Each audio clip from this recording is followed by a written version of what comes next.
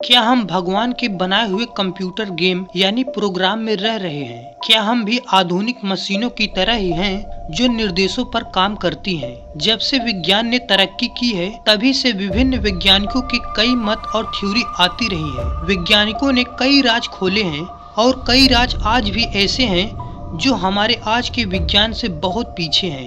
ऐसे ही एक थ्योरी और कहे तो कई वैज्ञानिकों का मत है कि हम किसी शक्तिशाली सभ्यता द्वारा निर्मित एक ऐसे संसार में रहते हैं जो कि एक कंप्यूटर की तरह है और उस कंप्यूटर में घूम रहे कुछ ऐसी फाइल्स हैं जो बनती और खत्म होती रहती हैं। इस थ्योरी को कंप्यूटर सिमुलेशन थ्योरी कहा जाता है। सबसे पहले 2003 में दार्शनिक निक बोस्टोम ने सिमुलेशन का सिद्धांत दिया था। उसके बाद पूरी दुनिया में यह आग की तरह फैल गया। इस थ्योरी में यह बताने की कोशिश की गई है कि हम यानी यह सारी सृष्टि और ब्रह्मांड सभी भगवान के बनाए गए एक विशाल कंप्यूटर प्रोग्राम में रह रहे हैं। जिस तरह जब हम कोई गेम खेलते हैं तो उसमें भी हमें उसी तरह के दृश्य और लोग दिखाई देते हैं जैसा कि इस संसार में हो रहा है। जिस तरह हम जहाँ भी देखते हैं हमें लोग और प्राकृतिक के नज़ारे दिखाई देते हैं, ठीक उसी तरह जब आप कोई गेम जैसे कि GTA 5 या कोई भी आधुनिक गेम, तो वहाँ भी उसी तरह के दृश्य होते हैं जो आपके गेम के कैरेक्टर को दिखाई पड़ते हैं। उदाहरण के लिए, क्या आपने कभी कोई ऐसा सपना देखा है जो इतना वास्तविक महसूस हुआ हो कि जागने के बाद भी खुद को भटका हुआ महसूस कर रहे हो?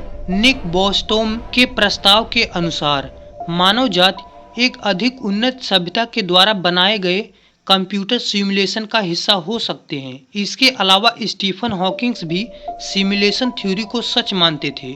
चलिए इसे और विस्तार से जानते हैं। दोस्तों, जब भी हम किसी भी वस्तु या चीजों को ऑब्जर्व करते हैं तो हमारे सेंस ऑर्गन हमारे दिमाग को एक इलेक्ट्रिक सिग्नल भेजता है, जिसके आधार पर दिमाग हमें उस वस्तु का एहसास कराता है। एक निश्चित तरीके से दुनिया के बारे में अपना दृष्टिकोण बनाने के लिए है। दिमाग हमारे सेंसेस यानी इंद्रियों का उपयोग करता है, इसलिए हमारे दिमाग के पास इतनी क्षमता है कि यह हमें वास्तविकता को किसी भी प्रकार से दिखा सकता है। जैसे कि हमारे सपने, जब हम सपना देख रहे होते हैं तो हमें लगता है कि सब कुछ वास्तव में है। हमें असल वास्तविकता के बारे में तभी पता चलता है जब हम जागते हैं। चलिए कुछ ऐसे सिद्धांतों को जानते हैं जो सिमुलेशन थ्योरी को सच साबित करते हैं। Number 1, Fermi paradox. Fermi paradox के अनुसार जब हम ब्रह्मांड में दूर दूर तक देखते हैं तो हमें जीवन के कोई भी अन्य लक्षण क्यों नहीं दिखाई देते? क्या हम ब्रह्मांड में वास्तव में अकेले हैं या हम दूसरे ग्रह पर जीवन खोजने में पूरी तरह से प्रयास नहीं कर रहे हैं? क्या इस विशाल ब्रह्मांड में कोई भी ऐसी सभ्यता नहीं है जो इतनी विकसित हो कि वह हमें खोज सके और हम तक पहुंच सके? Number 2, anthropic principle.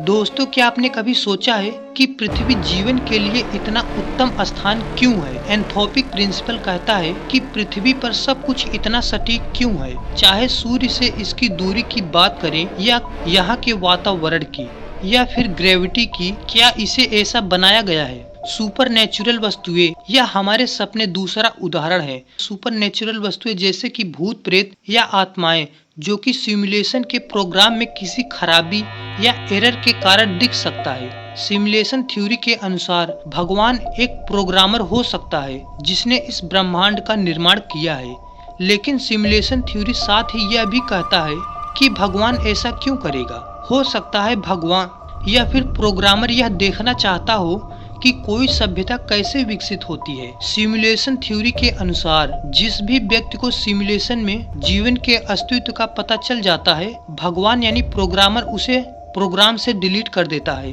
उदाहरण के लिए, वे सभी ऋषि मुनि जो तपस्या करते करते अपना शरीर त्याग देते हैं, या फिर वे सभी वैज्ञानिक और लोग जिनका रहस्यमयी तरीके से मृत्यु हो जाता है। सिमुलेशन थ्योरी के अनुसार अगर हमारी दुनिया एक कंप्यूटर सिमुलेशन है तो यह भी हो सकता है कि जिन्होंने हमारी दुनिया बनाई हो सकता है उनकी दुनिया भी सिमुलेटेड हो, और यहाँ यह क्रम कहाँ तक है यह कह पाना संभव नहीं है। हम वास्तविकता की जटिलताओं को समझने के करीब तो पहुंच चुके हैं, लेकिन भौतिक विज्ञान और न्यूरोसाइंस की दुनिया में इतने प्रगति के बाद भी यह सुनिश्चित नहीं कर पाए हैं कि असल में वास्तविक क्या है। हो सकता है कि हम किसी दिन इस मैट्रिक्स जिसमें हम रहते हैं के कोड को क्रैश कर ले, लेकिन फिर क्या हम इससे भी ऊपर किसी मैट्रिक में फंसे होंगे या इस मैट्रिक को बनाने वाले एक अधिक उन्नत सभ्यता से मिलेंगे?